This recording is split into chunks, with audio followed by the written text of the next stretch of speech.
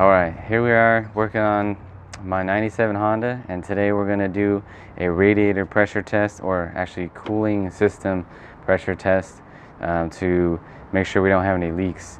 I recently replaced the radiator, and just want to make sure everything else is okay.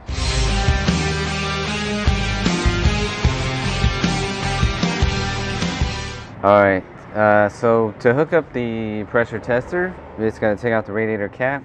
It says 1.1 bar, so that's actually, I think, what the amount of pressure that the system should be able to hold, but I'm not sure what bar translates to in PSI, but I'm sure you can Google that and find a conversion. Alright,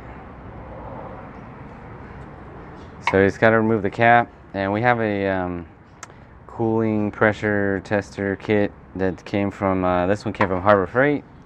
You can find them in various places. Just got to find the right adapter and then attach it the same way you would the radiator cap. Oh, this one's a little bit tighter fit. There we go. Alright, so once you got it into position there, tightens down just like the cap. Then you got your air pump here. It's the typical setup. You hook it up to the cap.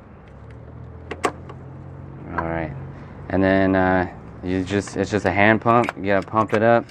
I think this system, most systems are between like 12 and 15 psi, so you want to pump it up to around there. Oh, see, it went over.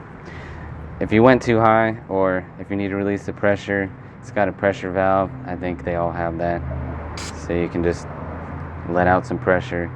So right now, let's see, well, we're sitting like just about 14. As you can see, the needle is nice and steady. Ideally, I think you'd want to leave it there for a few minutes to make sure you don't have any slow leaks, because there could be some slow leaks that are creeping on you, especially if you're noticing that after a few days your coolant level goes down.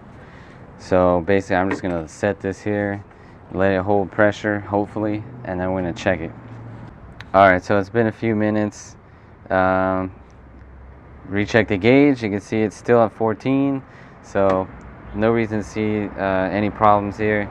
If you did see the gauge, the needle creeping down, then you would have to basically keep pumping it and watching for fluid to come out somewhere.